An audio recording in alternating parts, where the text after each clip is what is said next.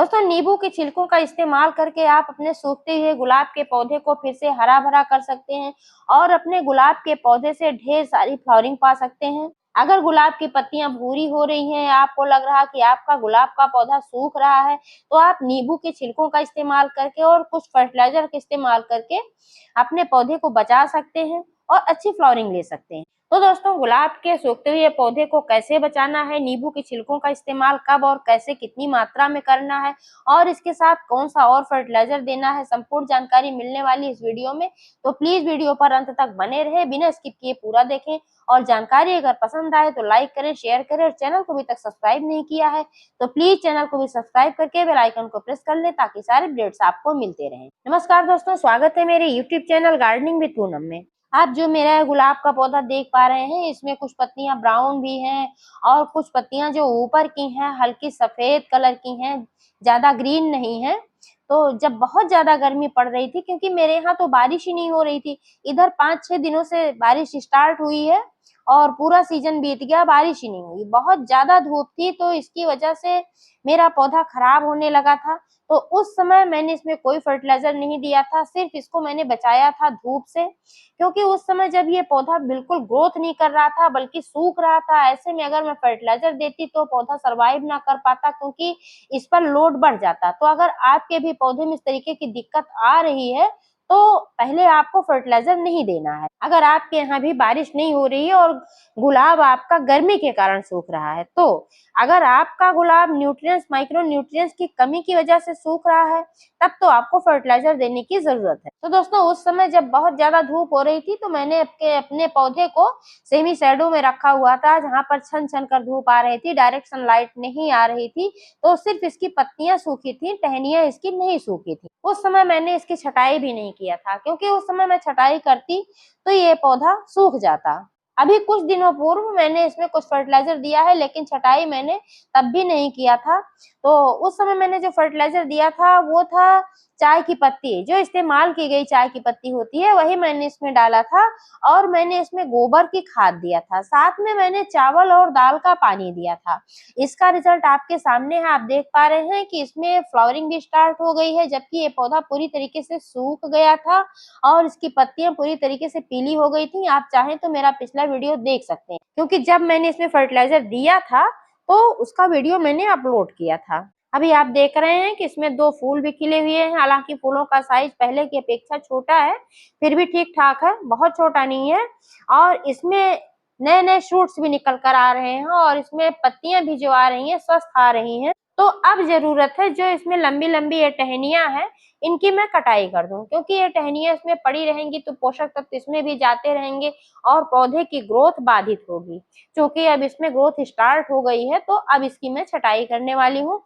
तो यहाँ से, जहां से ये आप देख पा रहे हैं कि शूट से निकल से रहे हैं, जैसे जहां नोड दिखाई दे आपको, यहीं से आपको कट करना है, इसके थोड़ा सा ऊपर से ही कट करना है, क्योंकि यहीं से नई शाखाएं निकलती हैं। और इसमें जो कुछ सूखी टहनियां वगैरह हैं, इनको भी कट करके हटा देना है, क्योंकि जो सूखी टहनियां पड़ी होती हैं अभी पौधे के ग्रोथ में बाधा उत्पन्न करती हैं ये। और जो ये लंबी मोटी टहनियां हैं दोस्तों, इनको अभी मैं फेंकने वाली नहीं हूँ, इनकी कटिंग मैं ग्रो कर लूंगी। और कटिंग से गुलाब का पौधा आसानी से ग्रो हो जाता है, बस थोड़े से केयर की जरूरत होती है, जैसे कि कितने धूप में रखना है, कैसी पॉटिंग मिक्स लेना है, कितना पानी डालना है। बस फर्टिलाइजर देने से पहले मिट्टी की गुड़ाई करके छोड़ देना है, और जिससे मिट्टी में धूप वगैरह लग जाए। अगर आपके यहाँ धूप नहीं हो रही है तो भी आपको पौधे को छाए में रख देना है, क्योंकि जब भी आपको फर्टिलाइजर देना है तो इस बात पर विशेष ध्यान देना चाहिए कि मिट्टी सूखी होनी चाहिए।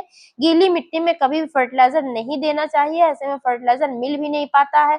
और फर्टिलाइजर देने के बाद जो पानी दिया जाता है, तो पहले से अगर मिट्टी गीली रहेगी तो फिर पानी भी आप नहीं दे पाएंगे, जो कि आवश्यक होता है। तो भी आप देख पा रहे हैं कि मेरे पौधे की मिट्टी जो है काफी भुरभुरी है और फर्टिलाइजर देने की योग्य है। फर्टिलाइजर देने से पहले दोस्तों एक बात मैं और करूंगी कि जब भी आप प्रूनिंग करें, ऐसे प्रूनर का इस्तेमाल करें जो सैनिटाइज किया हुआ हो, जो कीटाणु रहित हो, नहीं तो फंगस वगैरह लगने का खतरा बना रहता है। और जब भी आप प्रूनिंग करें तो जिस जगह से आपने कट करके हटाया हुआ है टहनी को, उस जगह पर हल्दी का इस्तेमाल जरूर करें, क्योंकि हल्दी जो होता है इसमें एंटीबैक्टीरियल, एंटी फंगल, एंटीवायरल गुण पाया जाता है।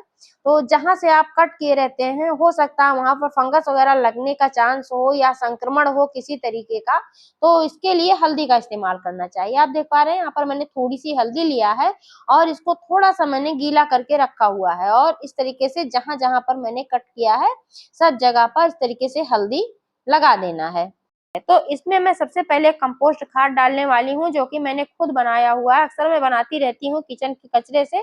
अभी हाल ही में मैंने बहुत सारा फर्टिलाइजर बनाया था, लगभग 15 केजी फर्टिलाइजर बनाया था और बहुत ही पावरफुल फर्टिलाइजर था। इसका वीडियो भी मैंने शेयर किया था, चाहे तो आप देख सकते हैं किस तरीके से इसका फर्टिलाइजर बनता है।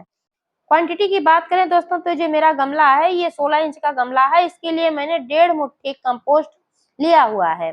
आप अपने कंटेनर के अनुसार कम या ज्यादा कंपोस्ट खाद ले सकते हैं, क्योंकि दोस्तों कोई भी फर्टिलाइजर आप देते हैं तो क्वांटिटी जरूर सही होनी चाहिए। अगर आप गलत मात्रा में इस्तेमाल करते हैं तो पौधे को नुकसान भी पहुंच सकता है। अगर ज्यादा है तो नुकसान पहुंच सकता है, कम है तो कोई लाभ नहीं होगा। तो इस कंपोस्ट खाद को ठीक तरीके से मिट्टी में मिला देना है और मिट्टी में मिलाने के बाद इसमें मैं एक चीज जो और डालने वाली हूँ दोस्तों, यह है नींबू के छिलके। नींबू के छिलके जो होते हैं इसमें नाइट्रोजन, फास्फोरस और पोटेशियम तीनों ही बहुत ही अच्छी मात्रा में पाया जाता है। इसके अलावा इसमें बहुत सारे न्यूट्रिएंट्स, माइक्रो न्यूट्रिएंट्स होते हैं जो कि हमारे पेड़ पौधे के लिए बहुत ही फायदेमंद होते हैं और गुड़हल और गुलाब के लिए तो बहुत ही अच्छा काम करता है। नींबू के छिलके होते हैं गुड़हल गुलाब के लिए अमृत के समान होते हैं। ये इसकी मिट्टी को थोड़ी सी अम्लीय भी बना करके रखते हैं, क्योंकि गुड़हल और गुलाब की पौधे के लिए अम्लीय मिट्टी होनी चाहिए। आप चाहें तो इसका लिक्विड फर्टिलाइजर भी इस्तेमाल कर सकते हैं बना करके।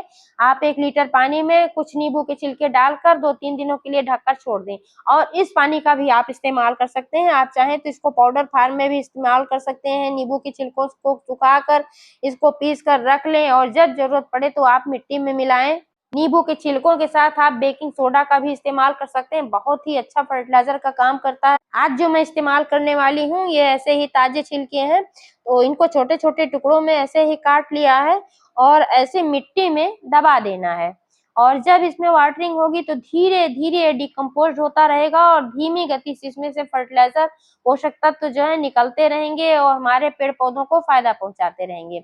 ये नींबू के जो छिलके होते हैं इसके इस्तेमाल से मिट्टी की उर्वरता बढ़ती है और मिट्टी में कीड़े फंगस का अटैक नहीं होने पाता है।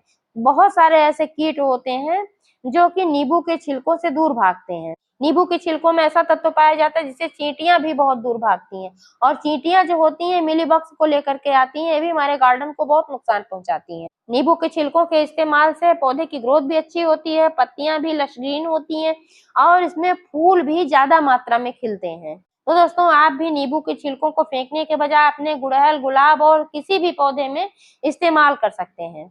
बस जिस पौधे को बहुत कम अम्लीय मिट्टी की जरूरत होती है, जो क्षारीय मिट्टी में उत्पन्न होते हैं पौधे, उसके लिए नींबू के छिलके थोड़ा कम ठीक होते हैं, क्योंकि ये मिट्टी की अम्लीयता को बढ़ाते हैं। और गुड़हल और गुलाब के जो पौधे होते हैं इनके लिए 6.5 से 7 पीएच की मिट्टी अच्छी होती है, तो इसलिए गुलाब और गुड़हल के लिए नींबू के छिलके फायदेमंद होते हैं। यहीं पर मैं क्वांटिटी की बात कर लेती हूँ दोस्तों, तो जो ये छिलके मैंने ले रखे हैं छोटे छोटे टुकड़े में है, तो ये 1-1.5 नींबू के छिलके हैं, ज्यादा नहीं, इसमें रस नहीं है, तो इसलिए 1-1.5 नींबू के छिलके इतने बड़े कंटेनर के लिए ज्यादा नहीं है, इतना आप इस्तेमाल कर सकते हैं। अब दोस्तों फर्टिलाइजर देने के बाद इसमें पानी देना होता है, लेकिन आज मैं पानी नहीं देने वाली हूँ, क्योंकि अभी मौसम थोड़ा बन रहा है बरसात का और बहुत तेज बादल आए हुए हैं और हवाएं भी चल रही हैं। आप देख पा रहे हैं बूंदाबांदी भी स्टार्ट हो गई है। तो ऐसे ही मैं इस पौधे को यहाँ पर खिसका दे रही हूँ जहाँ पर बारिश हो रही है। अभी तक मैंने इसको छाये में रखा था, क्योंकि यहाँ पर जिससे कि इसमें पानी ना पड़ने पाए। मैंने देखा कि बारिश आने वाली है तो भीग जाती है मिट्टी, तो मैं फर्टिलाइजर ना दे पाती, इसीलिए मैंने इसको छाये में कर लिया था। और अब इसको मैं बारिश में ऐसे ही कर दे रही हूँ, क्योंकि इसमें पानी की आवश्यकता है और यहाँ पड़ा रहेगा तो अपना इसमें पानी भी हो जाएगा। तो दोस्तों इस तरीके से नींबू के छिलकों का इस्तेमाल करके आप अपने मरते हुए गुलाब के पौधे को बचा सकते हैं, अच्छी खासी फ्लावरिंग ले सकते हैं। जानकारी कैसी लगी कमेंट करके अवश्य बताइएगा। पूरा वीडियो देखने के लिए बहुत बहुत धन्यवाद।